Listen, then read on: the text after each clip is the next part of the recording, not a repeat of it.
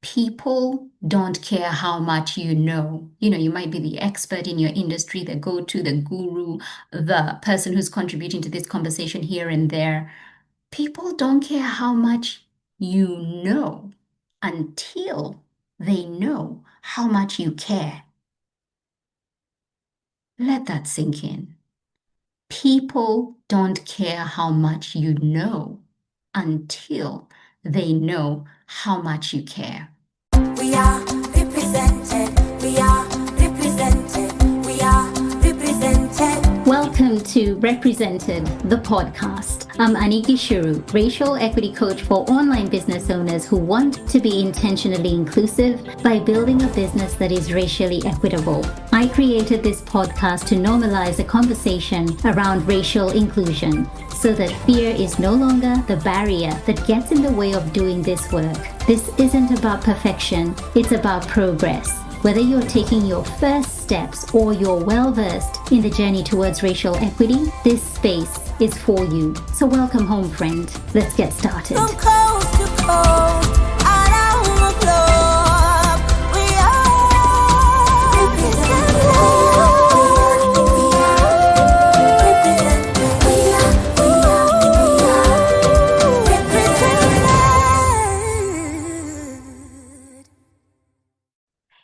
Hey, welcome back, lovely. Welcome back to another episode of Represented Podcast. I have to tell you, I'm loving this solo episode so much since I came back from taking a break. And this one today, oh boy, it's a goodie. Again, building from my previous episode about power in the pause. If you haven't listened, go back, my friend, because there are some gems to be gotten from that episode.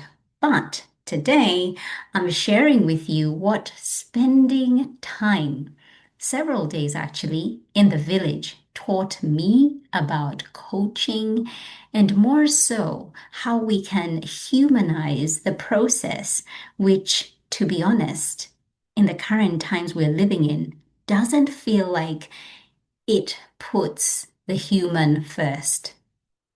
Now, I want to paint a little bit of a picture of the village for you. This was my in-laws' village, which is not too far from my parents' village, which is about 30 to 40 minutes drive away. It's a 2-hour trip from the city, Nairobi.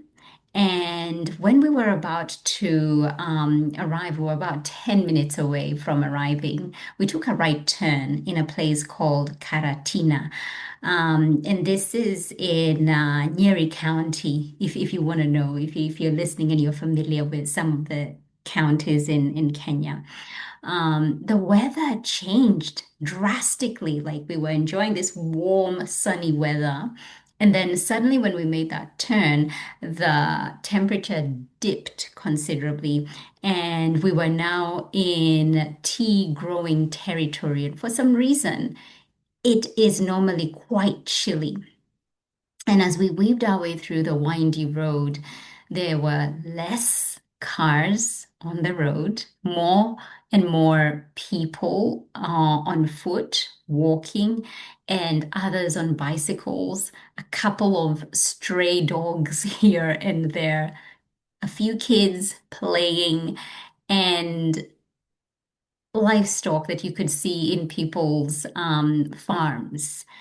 And when we arrived, my mother-in-law was at the gate waiting for me, arms stretched out in much disbelief that I made the trip specifically to see her and be with her in the village because it's something I have never done.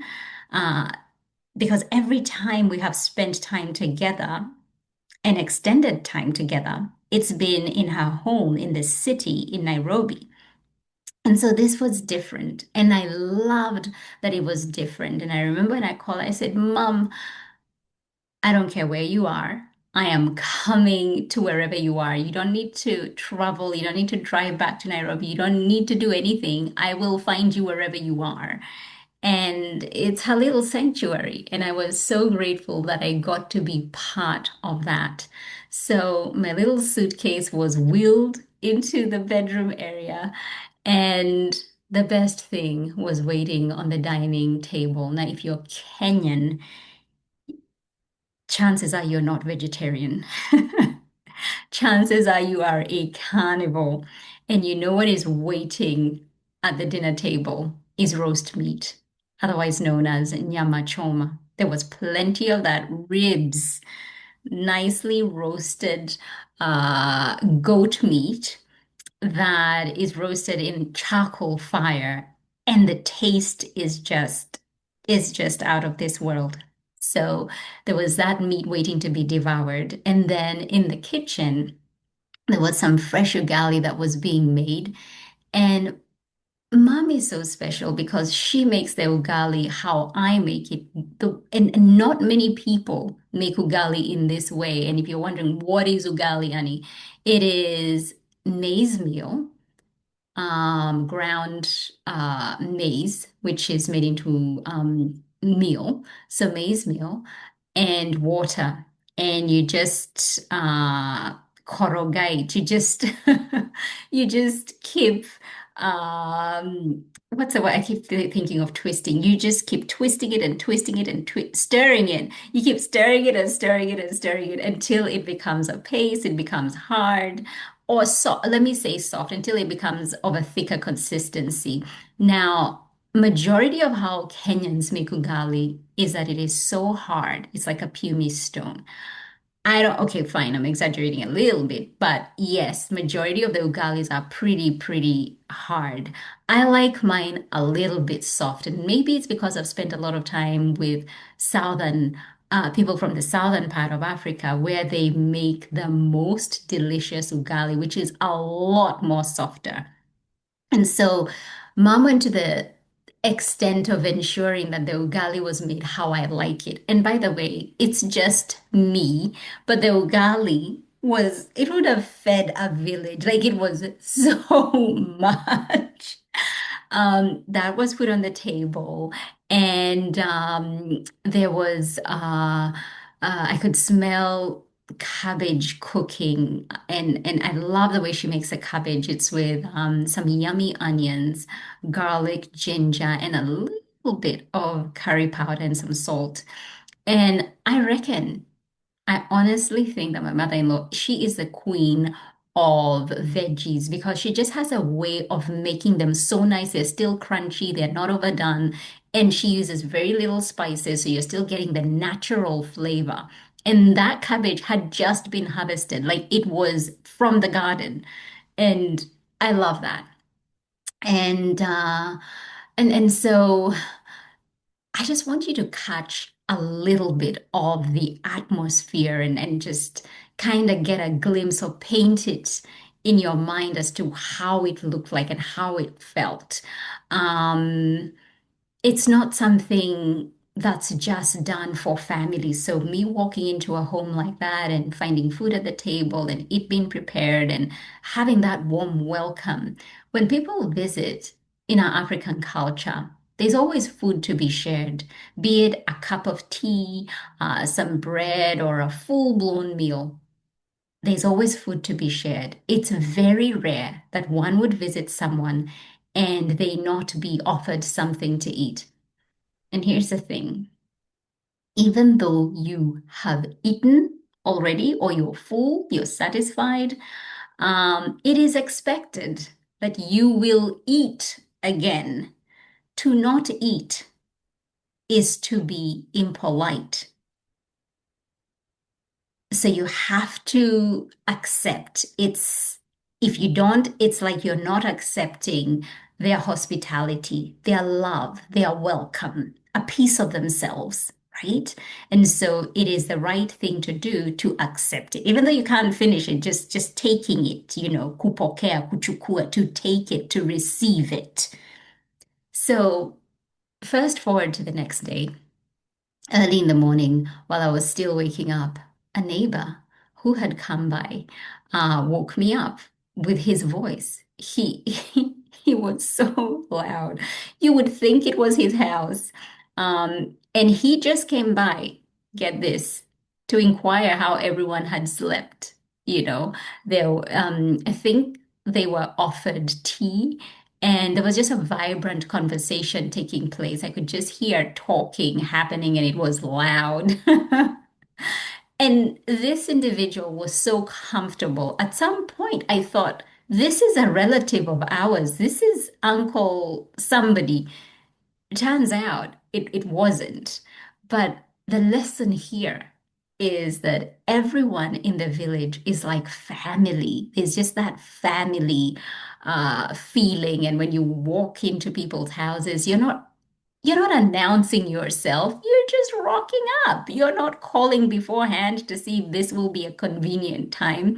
People just rock up. And I think that's one of the things that my mother-in-law really loves when she spends time there is that people are together. There's a lot of communal activities that take place. Somebody's going to drop by. They're going to tell you a story. They're just going to there's community, there's conversations taking place. Whereas in the city, that might not be the case because there's a hustle and bustle taking place.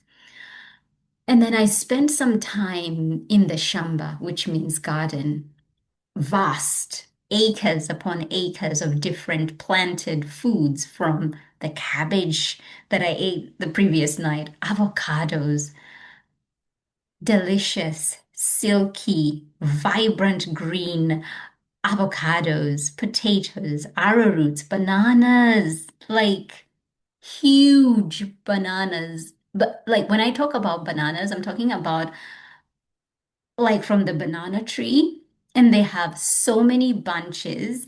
Like when you get the entire banana and like it would fill the trunk of your car. It's that big, and they're like hundreds of bananas. You'd have to share them again with the village. Like it's a lot. There was passion fruit growing. There was maize, a lot of maize. And if you're wondering what is maize, and you keep talking about maize, it's white corn. Corn that we have here is yellow. It is corn that is white, and it's called maize. And it's huge, huge crop that's grown in Kenya. And then tea, lots and lots of tea, plantations upon plantations of tea. You could live off the land, and in fact, they do live off the land. I just kept thinking, it's so peaceful. No vehicles were driving past because we were deep in plantation. And then there's the smell of smoke as people are cooking using firewood.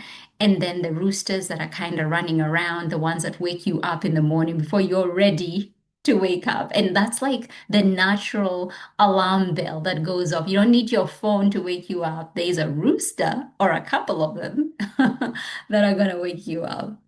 The pace is so different. The energy is different. The food is so much more wholesome and tasty. And I often say this, and my kids have experienced this, that when we go home, we don't need to flavor the chicken too much. We don't need to flavor the meat too much. It just has a natural taste that is so tasty. I don't know how else to put it, but it is just a lot more flavorsome in its natural state. Like you could simply get the chicken, put some salt and pepper, and roast it or fry it, and it would taste so, so good. The people are friendlier. It's just like when you live in a regional town. I live in a regional town here in Australia, and people are friendlier. And they were in the village. People just want to have a conversation with you, and they are happy to give you information. They are open to it. The language, just speaking my mother tongue, Kikuyu, it was so sweet. And just hearing the different people speaking it with their different accents and it felt so good. I had to record conversations, just so that I could keep them with me for a time when I just want to hear that spoken. I speak it here at home with my husband. I speak it with my folks, with my siblings.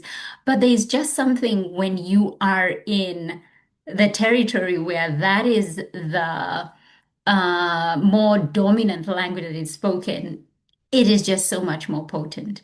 And when I speak it, when I'm in the village, it is so much more stronger.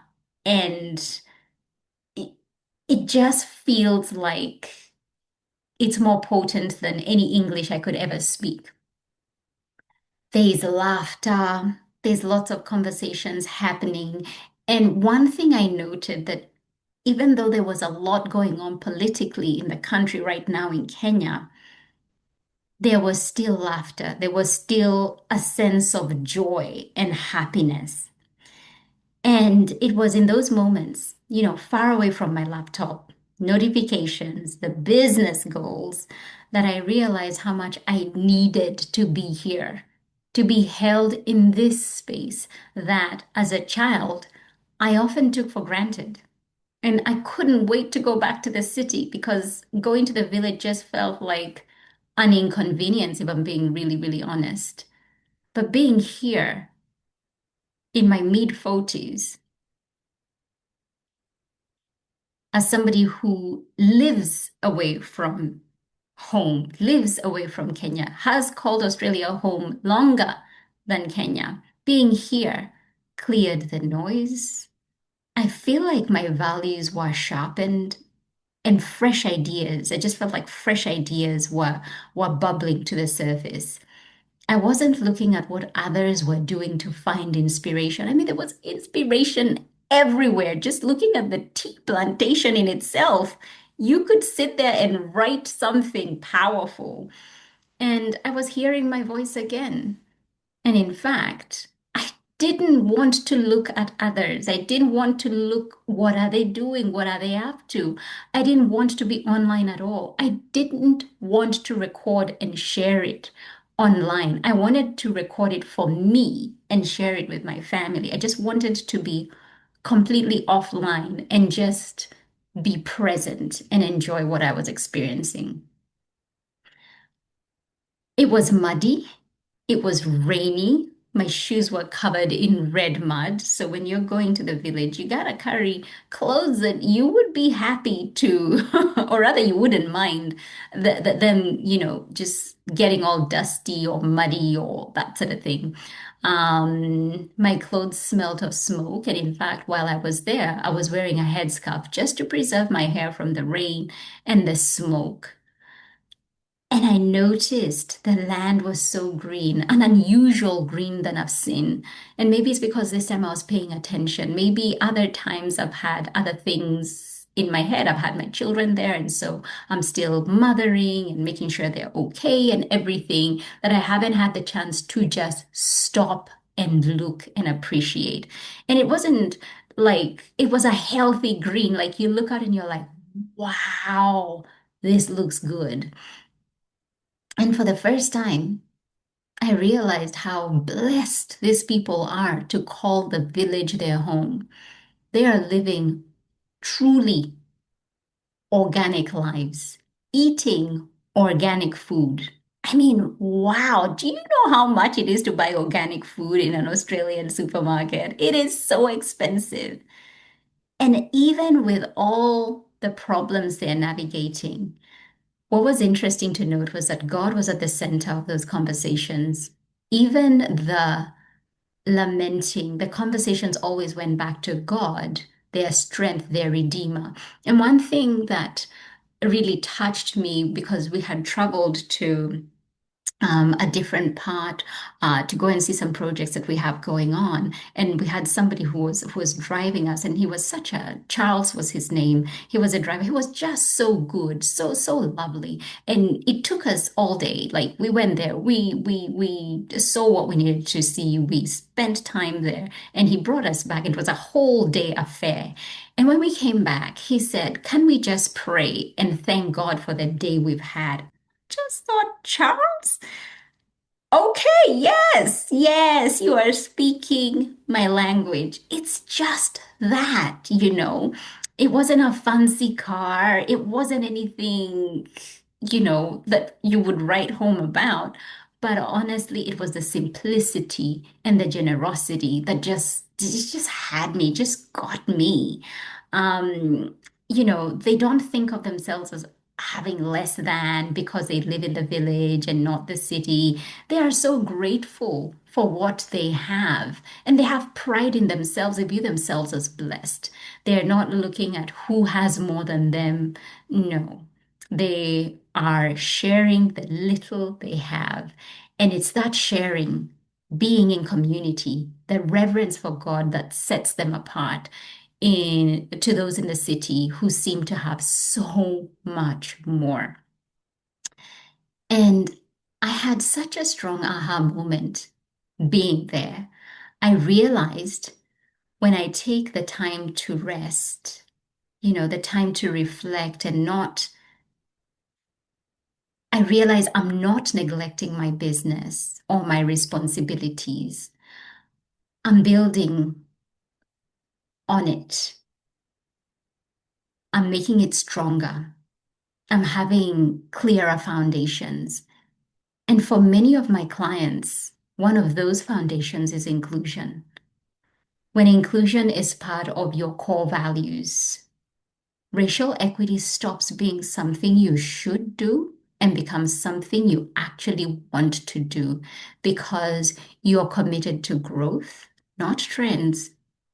You're committed to being a better human and not just being into what's going to go viral. But here's something I've noticed in our industry. It's become so self-centered in places. Service is often reserved for paying clients. Connections are only made when there's a transaction on the table.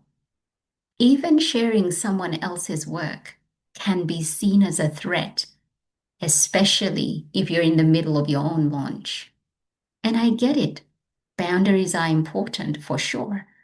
But I've learned that sometimes, in the name of boundaries, we can come across or we can cross over into selfishness. Some of the most fulfilling relationships I've built in business have come from just pure service. Moments where I've shared my knowledge freely without a hidden agenda and without expecting anything in return.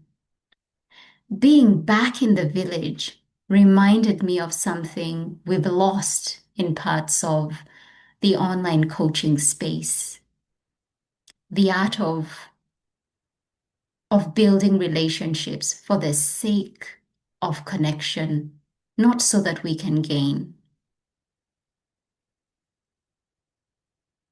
In the African culture I grew up in, relationships are nurtured with so much generosity, reciprocity, and with presence. People show up for each other. You should see how they show up for weddings. I mean, people show up for weddings. You should see how they show up for funerals. I mean, it's big, it's huge, it's a send off like you haven't seen. They share their time, they share their resources and knowledge simply because it's just who they are.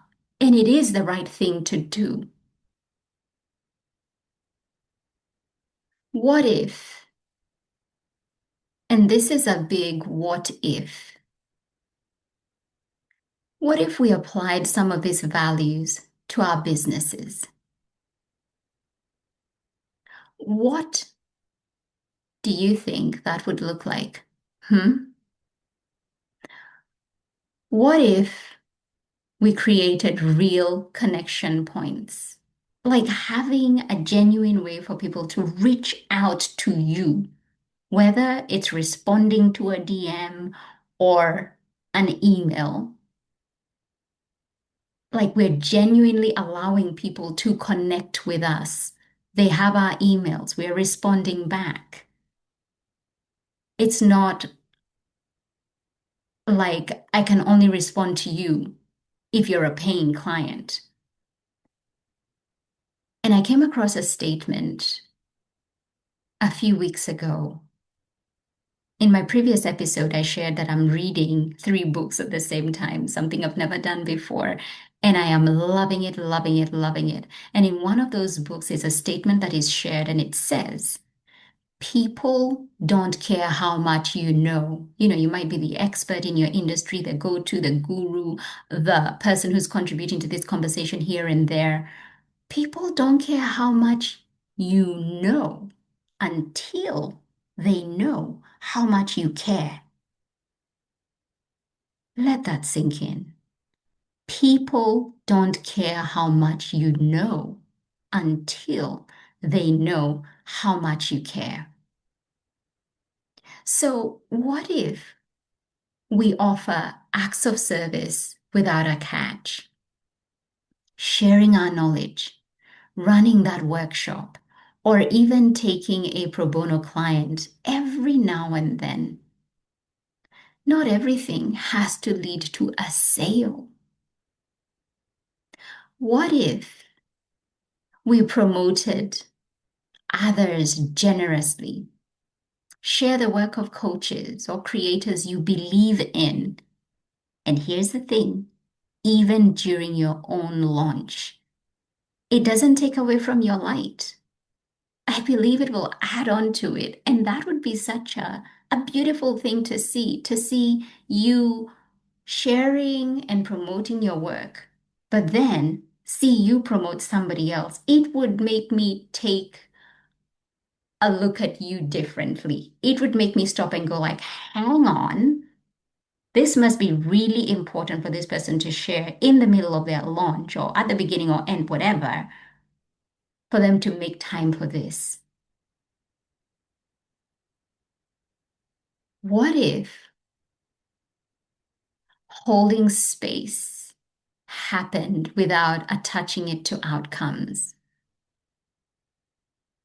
You know, sometimes the best gift you can give is truly listening, holding that space, supporting your clients without expecting a testimonial or a return back, like a favor or something. Like you're just genuinely, professionally, with every skill that you have, holding that space without attaching any outcomes to it. You're not holding that space going like, oh, I better do a good job because I want a good reference. I want a good testimonial. That's great.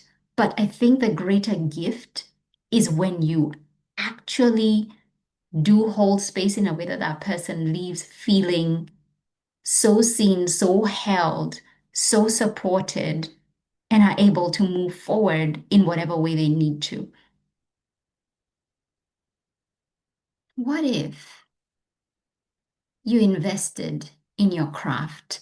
And I'm not just talking about signing up for course after course after course, but really honing in on your skills, seeking supervision, and growing as a coach. You know, one of the things I really learned from the village is that people come together, they support one another, they help each other get better. And in doing this, they thrive as a community. And what would this do for you as a coach? This ensures that you can hold better space for every client who trusts you because you're getting better and better. When we choose to humanize our businesses, truly humanize our businesses, we stop seeing people as leads, as targets, or as additions to our revenue, you know, dollar signs. We start seeing them as human beings who have stories, who have dreams, who are going through challenges. That shift is what creates safer, more inclusive spaces. And I truly believe it's one of the ways we can genuinely attract clients from underrepresented racial backgrounds.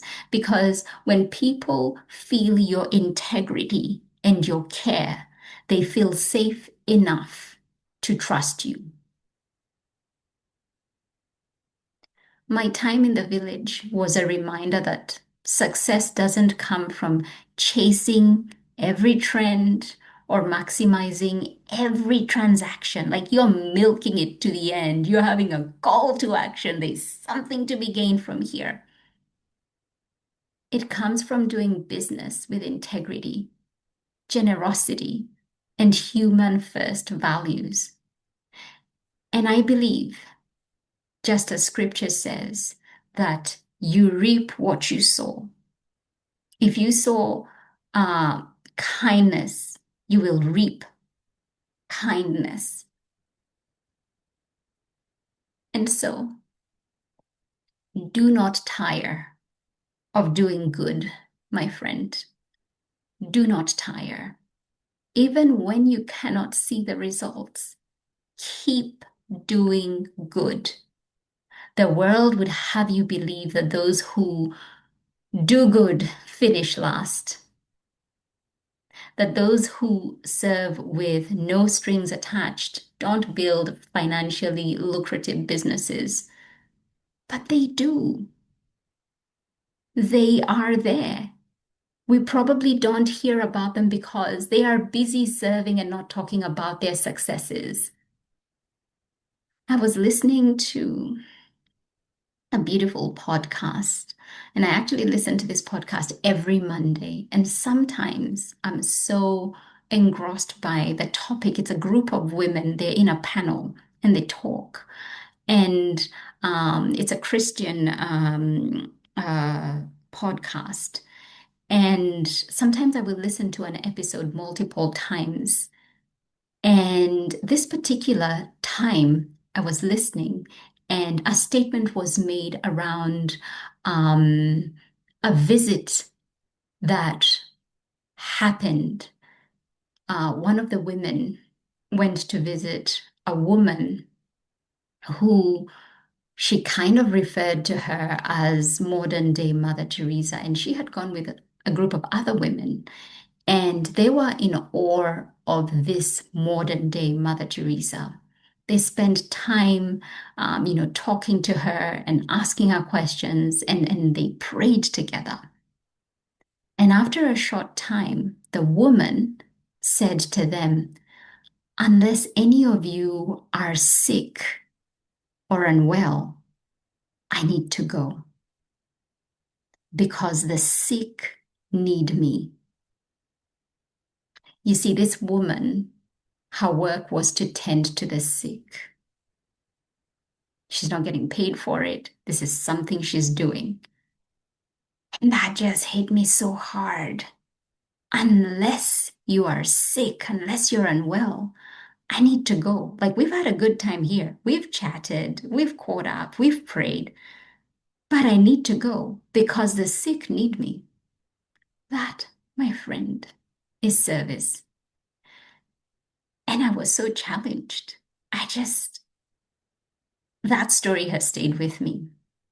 And I hope in some way I can bring that kind of service into my business. So maybe, just maybe, I don't know, it might be time to pause, to reflect, and to ask yourself, what am I sowing? What am I putting into my business today? Because whatever I'm putting in, that's what I'm going to get out. If you need to reach out to me, I'm Annie.Gishuru on Instagram, and the link is in the show notes, my friend. Until next time, take care. We are represented. We are represented. We are represented. Thank you so much for tuning in. Why don't you go ahead and hit that subscribe button and leave a review so this podcast can reach more online business owners, and together we can begin to normalize racial inclusion in the online coaching space. I'd love to acknowledge the traditional owners of the land where this podcast episode was recorded, the Wiradjuri people in central New South Wales, Australia. Music produced in Nairobi, Kenya by Patrick St. Mbaru and Kambua Mathu. Vocals by Joanne Matata. Represented.